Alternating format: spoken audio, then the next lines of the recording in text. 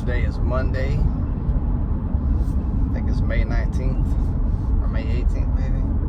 I am actually on my way to Atlanta, Georgia. I'm going to be interviewing for a job post-Army. So it's about a 2-hour drive, but I wanted to cut this video because I wanted to kind of talk about it so I can look back on it one day and remember the journey. So the job interview that I'm going to look at is with Cadet Command, Army Cadet Command. I'm an instructor now at Georgia Military College. Basically, it's an officer program. When I get out the military, I actually enjoy teaching. I enjoy instructing. It's fun for me. I don't even think it's a job. It's fun, to be honest with you. Some people struggle dealing with students or kids. I don't really struggle with it too much. I'm pretty patient. And so when I get out the military, one of the things that I thought I'd be passionate about, that I would enjoy doing, is teaching. So it just made sense to transition off active duty and go right into that career field.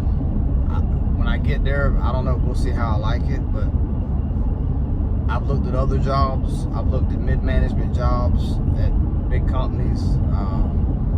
I don't know, those jobs to me seem like work. Coming in there and managing profit losses and spreadsheets, and I don't know, that never really appealed to me. I probably could do it, but I don't know that I'd be happy doing that. So anyways, I'm gonna go get into Cadet Command post-Army. I'm gonna teach a high school JROTC program. And what I would like to do is also coach football. Probably JV or B team. I'll start out as an assistant and then work my way up to head coach. I'd like to coach varsity, but the problem with that is normally in a high school, the cadets manage, the traffic and stuff like that on Friday nights for football, which I wouldn't mind doing that with the kids, with the cadets. So it wouldn't be right if I was leading the program and I'm out there coaching football. So wherever your soldiers are at, wherever your cadets is at, is probably where you need to be at. So I could probably do JV, could probably do B team. I don't know about varsity, so we'll see how that goes. But yeah, I'd love to coach football. I've always dreamed about doing that as well. So that's what I'm going to do today. I asked the lady the other day, I said, what kind of interview is it? She makes us get all dressed up. I gotta wear my nice uniform, right? So I asked her what kind of interview it was, and she says, it's basically a character interview. She said that they have to kind of talk to you and kind of see where your head's at. I said, what do you mean by that? She said, you're going to learn a lot of people when they come off of active duty, when they transition. She said, they struggle with it. She said they don't know how to turn it off. She said they have to realize that when they leave active duty, they're not dealing with soldiers no more. This isn't basic training like a boot camp. She said some of these guys, they get out there and start yelling, and you can't do that at the high school level, is what she told me. She said, last week I had a lieutenant colonel come through here, and we interviewed him. She said, and he started telling everybody up here how he was going to straighten everything out at the high school level, and he was going to clean house and all these other things. And she said I had to reel him in, she said, because he would have ended up in the newspaper. And she said that you just got to understand that you're not talking to soldiers no more. She said you are retiring, meaning that you're getting out of the line of work where you're barking and yelling. And in the military, a lot of times that stuff's warranted. You need it, but not at that level. And I told her, I said, you ain't got to tell me that. I said, I'm running towards retirement. I'm okay with that. I said, I don't have any intentions on yelling or barking or doing any of that stuff. I said, I am perfectly okay with that. And I said, I am glad that I'm getting out of the military. Like, I'm done done with the bark and stuff. I don't want to do any of that. So I'm trying to grow old now and just kind of enjoy my life a little bit, which I've always enjoyed my life, but like now I can really like, everything that I do from this day forward is more fun. It's icing on the cake, you know. This is the fun part of my life where it's like, man, you ain't got to grind like that no more, dude. You know, you're at a different point in your life now, man, and it's very rewarding. And so going down here to do this interview is very cool, very fun. I'm looking very forward to it, and I just wanted to share that with you guys. I'm gonna try to start documenting my journey a lot more.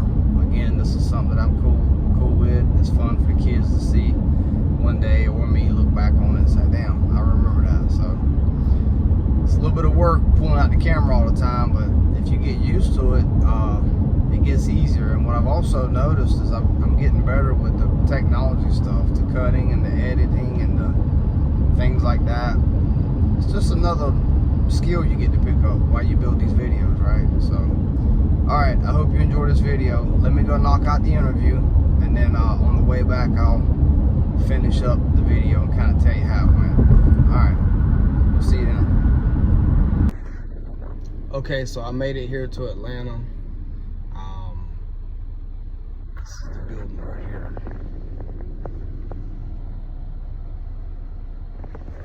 It's over there. I'm kind of sitting here waiting right now, so we'll go in there. We'll see what they say. I'll let you know once I get out of here. Well, that went pretty good. The interview's over with. Yeah, so I'm happy about that. I talked to the lady. We was probably in there for an hour, and she basically just wanted to see where my head was at, make sure that I had the right personality for the job, and she has to send that report up to Cadet Command. She told me there wouldn't be any issues, and she thought that I would be a good instructor. So, little backstory on what I'm going to do after the military. You know, when you spend 20 years, 6 months, 10 days in a career like I have in the military, you can become institutionalized. You know, you can get used to you can get real comfortable, and you can get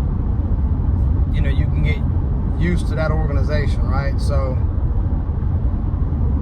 when you get ready to leave the military, whether if you're retiring or if you're just getting out altogether, that can be a very, very nerve-wracking thing for a lot of different reasons. Number one, you know, being able to financially provide for your family as a man, that's normally your number one concern. That's one of my concerns. And although I will be getting a retirement, you know, which is great and it helps, but you know, you don't want to go backwards in the way of living and the way you were living, right? You don't want to go backwards, okay? So you want to get a job that's complementary to what you were making previously, you know? That's one thing. And then you also want to get a job that you're happy doing, you know? So before I went and did this interview, I looked at all kind of things to get into. I thought about getting into the heating and air business. I thought about getting into the pest control business. I thought about opening up a sports bar. I thought about lawn care. I thought about applying and getting into the corporate world at the banks or as a franchisee owner. I've done a lot of research on a lot of different things, and after doing all the research, every job kept bringing me back to the high school JROTC. I don't know why. I think it's just because I enjoy teaching. I enjoy being an instructor. I really enjoy it. And so that's kind of where I'm at. That's why I'm doing it. I think I'm going to really enjoy doing that job.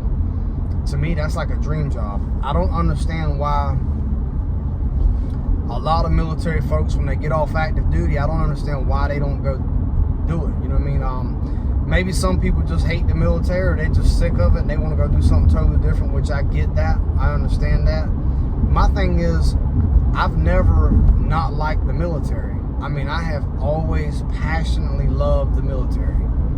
I've always loved what it provided for me and my family. even the bad stuff, like it, you know, you got good and bad. But I have never just didn't like the military, ever. So for me, taking this high school JROTC job, I think it's going to be fun, actually. I think it's going to be like very, very fun and rewarding. And I'm very interested to see how well I do with these kids. So I want to get into the leadership game, or I want to stay in the leadership game. I've been in the leadership game for a long time, and that's what I excel at. That's what I love to do. You know, I thought about trying to get a business, and that'd be great to do a business, but at this, you have to be realistic too. You know, you got to look at your, when I sat down, we talk about a battle plan, right? And you look at some of my other YouTube videos, I talk about building out your battle plan with your life, or what you're trying to do. And what a battle plan is basically a blueprint for where you're trying to go with your life. And at 60 years old, I don't plan on working no more after 60. I think I'm 59 and a half, I'm cutting it off. Like, I'm just gonna travel and enjoy my life at 59 and a half. So realistically, if you think about it, I'll retire at 45 years old. I'll have 15 more good years that I can work. And if I was to try to start a business, like a heat and air business, or a bug business, or a lawn care business, any type of business, if I tried to start it, if you're trying to be done in 15 years, that's a tough task, because if you start a business, it's going to take you 4 to 5 years just to get that business up and off the ground, if it even makes it, if I'm being realistic. And at this point in my life, one thing that I don't have is time. And so I don't have youth on my side. So I would rather take the high school JROTC job, do that job, and on the side, as a side hustle, get into like rental properties, investing, coaching businesses online. You can do that. There's a lot of other things you can do outside of the JROTC that I'm passionate about as well. So that's kind of what helped me make my decision. On paper, JROTC was the best move for me to make that aligned with my 15-year battle plan for what I'm trying to do in my life. At 59 and a half, I'm not working no more. That's it. This job is also another retirement. You'll get another retirement with the state. So I'm good with that. And so the pros just outweighed the cons. So I had to go with it. And so, am I a little nervous about retiring out of the military? Yeah, I am. It's a whole new chapter, man. You know, so, but I'll tell you what I'm going to do is I'm going to attack the second chapter of my life probably harder than I did the first chapter. And the reason why is because I've got wisdom now. I'm smarter. I've got a lot of experience. I've seen a lot of things. And I just think I can move better. The first part of my life, I did everything I don't want to say the hard way, but like I was trial and error, man. I was kind of learning how things work. And as you get older, you look back and you say, boy, there was an easier way to get here. So I think I got a lot of that covered now, the easy way to do things. And so I'm going to apply that in my second half of my life. If you go look at my physical fitness transformation video, that's a living proof example. And I've still got more transformation there that I'm going to do. But you can change your situation, and you can change your circumstances, and you can change your life if you write out what you're trying to do, and you visually think about it, and you do it every day, and you don't let anything get in the way of that. So I'm going to be a 45-year-old ripped guy. You're going to see me with six-pack abs. I've never had abs in my life, but I'm going to have them. You're going to see me living in the house of my dreams. That's happening right now. You're going to see me get a couple old cars, classic cars that I want. They're going to be in my garage. You're going to see me get a boat. You're going to see me do a lot of things. You're going to see me going to church. I'm going to change my life in the religious field. I want to get baptized at the end of this year. That makes me want to cry saying that out loud, but it does. get baptized. I want to start my life over and try to be a better person biblically.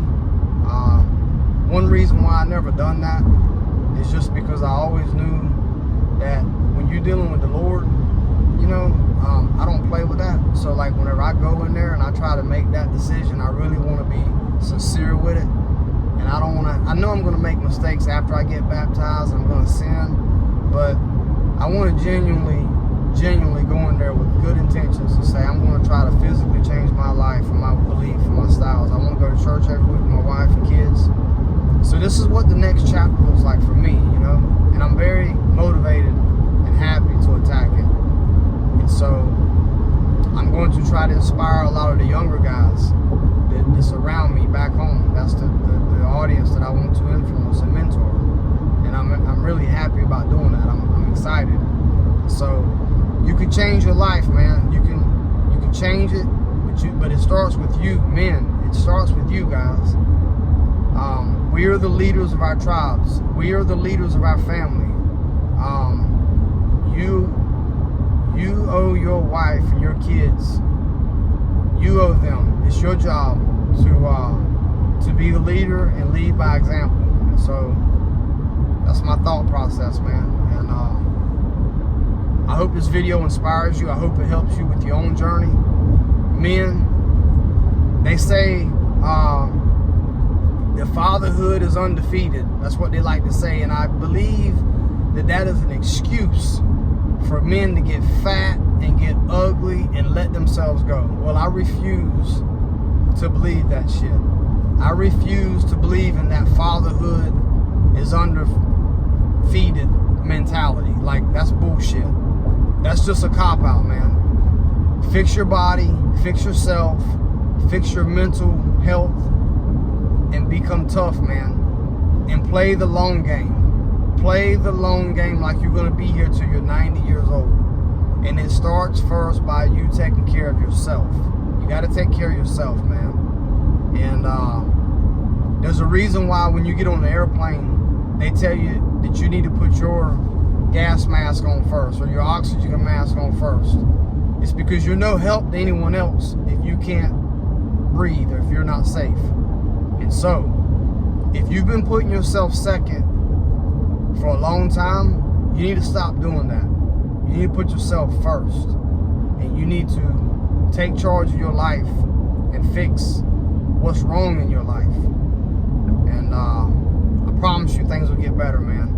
Once you get that squared away, you'll be good to go. I hope you enjoyed this video. We'll see you on the next one.